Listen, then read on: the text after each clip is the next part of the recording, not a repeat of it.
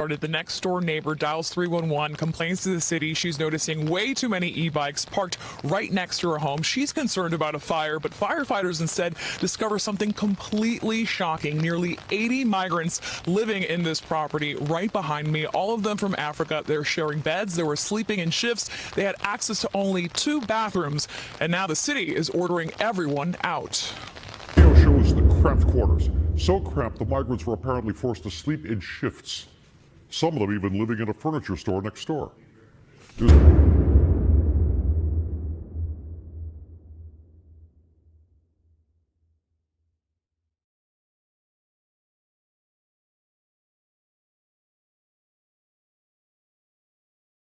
When they started coming to me, telling me their stories, I started helping them. I didn't want to do it, you know. I thought about it twice. Once the city started enforcing its 30-day limit for single migrant adults staying at city-run shelters last year, SAR says the men were forced to sleep on the streets. He says the migrants Show your face! Show your face, please, with sugar on top!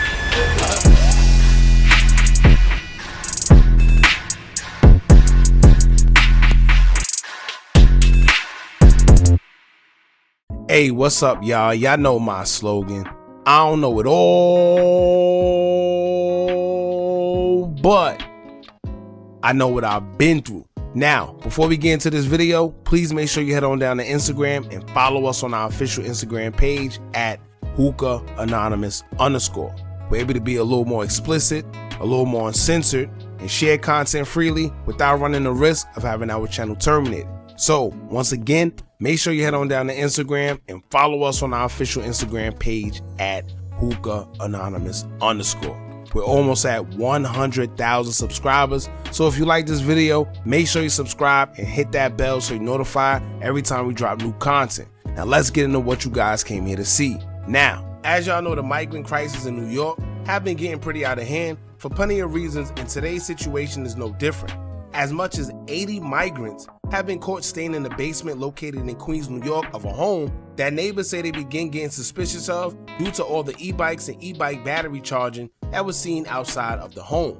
Now this right here is an important situation for many reasons, because e-bikes have been one of the leading causes of home fires due to the lithium batteries often exploding randomly, setting places on fire. It's a hazard to have one in a small area, and it's even more of a hazard to having plenty in a small area. In this case, it was 80 migrants staying in the basement, which most of them are undocumented, so a lot of their income relies solely on doing food deliveries in New York because companies are paying them with no real background checks or anything. And it works out for the companies because they're paying them little to nothing to work, so that's how they manage to benefit off them as well. Now, everyone's number one question is, why are we bringing in so many migrants with no plan for them? Whether it's New York, California, Texas, wherever it is. And whether you agree with migrants here or not, a lot of people have their reasons on feeling the way that they do towards migrants, because some feel that they have siblings who are migrants that had to come here the proper way, pay taxes like everybody else. Meanwhile, these migrants don't.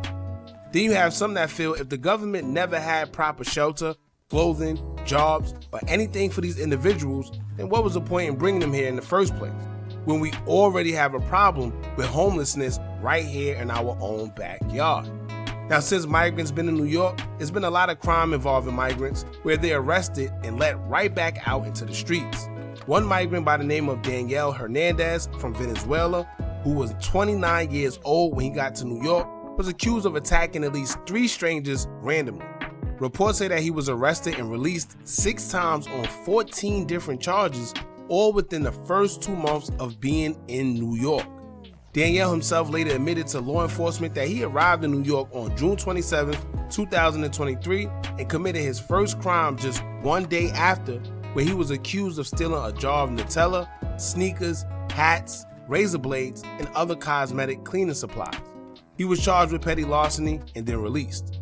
Now, when it comes to 80 migrants being sheltered in this house, I wonder how many other houses are there just like this one all across the tri-state. The landlord was charging each one $300 a month. For 80 migrants, if you do the math, he was raking in at least $24,000 a month. And get this, he himself is a migrant.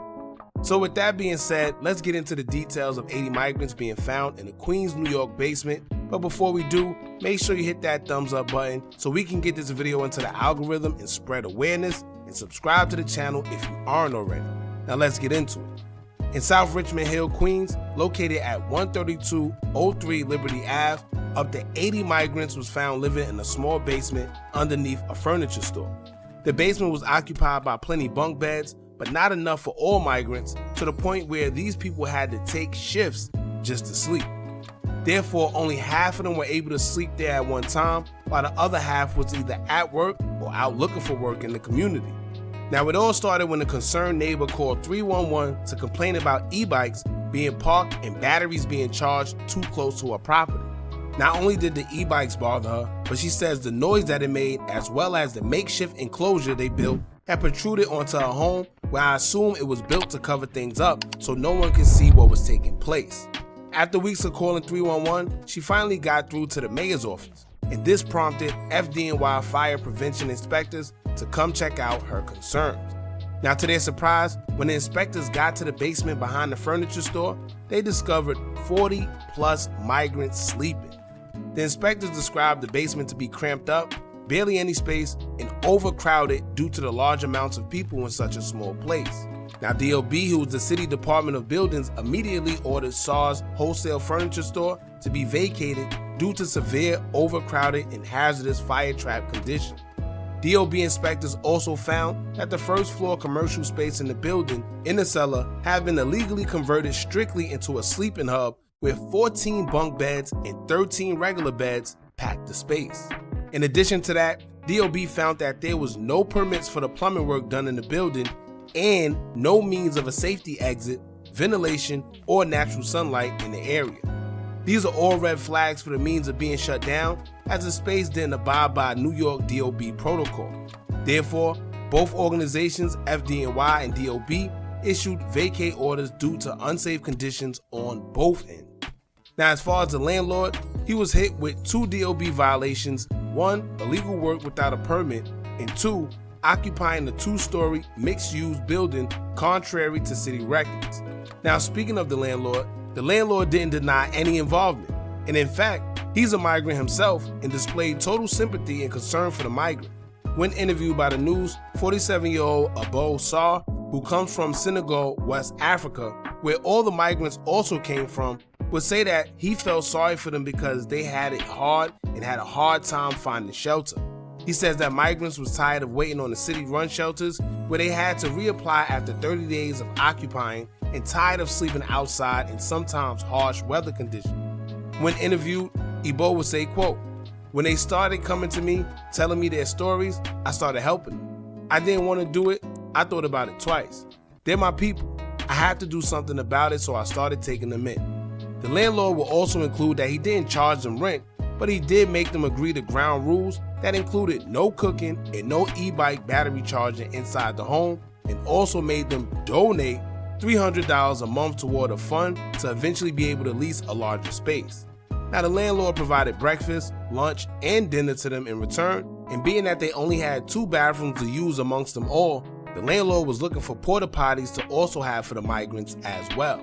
Now, the landlord will also go on to say, quote, "I'm so proud of these guys. That's why they broke my heart. I'm proud of them.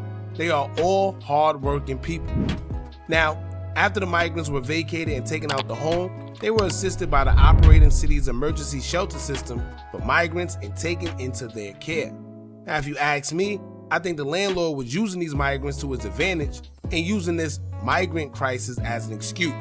Coincidentally, all the migrants he housed was from Senegal, just like him.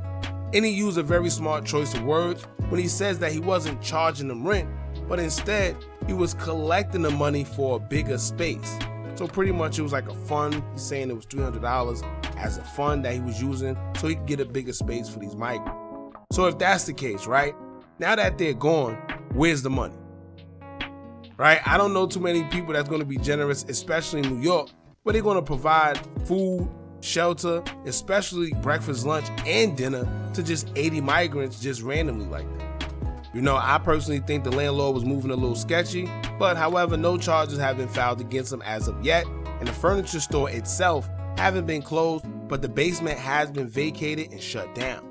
Now, Mayor Eric Adams will hold a press conference after this information became public, as he will speak on it and say, quote, "We cannot create those desperate situations.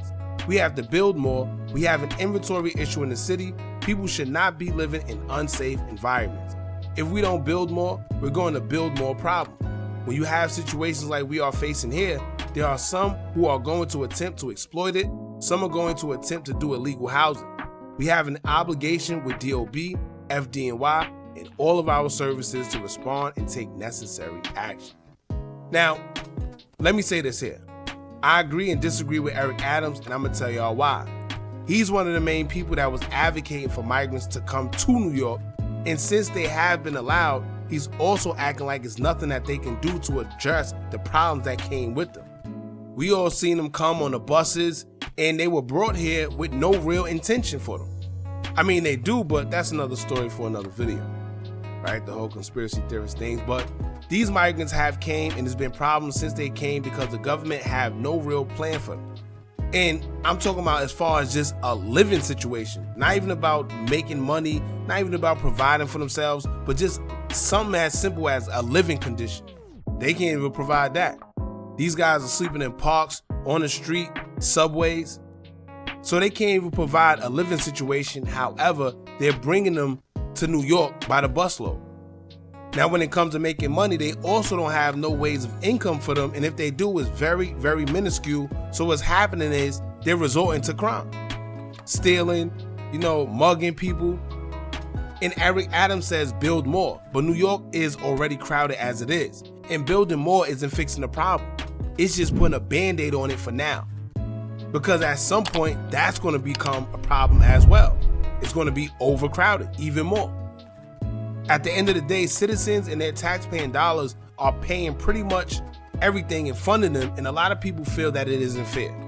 Where you have migrants getting more benefits and help than people who are actually citizens, paying their taxes.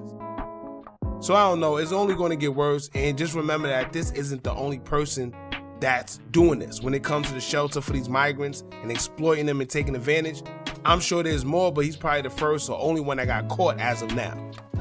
Right? Because even before the migrant crisis, there was always other migrants helping illegal, undocumented migrants, and they sometimes took advantage of them then. So, I don't know. Y'all jump in the comments, let me know what y'all think about this. Don't forget to like, comment, share, and subscribe. Hit that bell so you're notified every time we drop new content. And remember, as long as you keep on watching, I'm going to keep on dropping. And I'm out.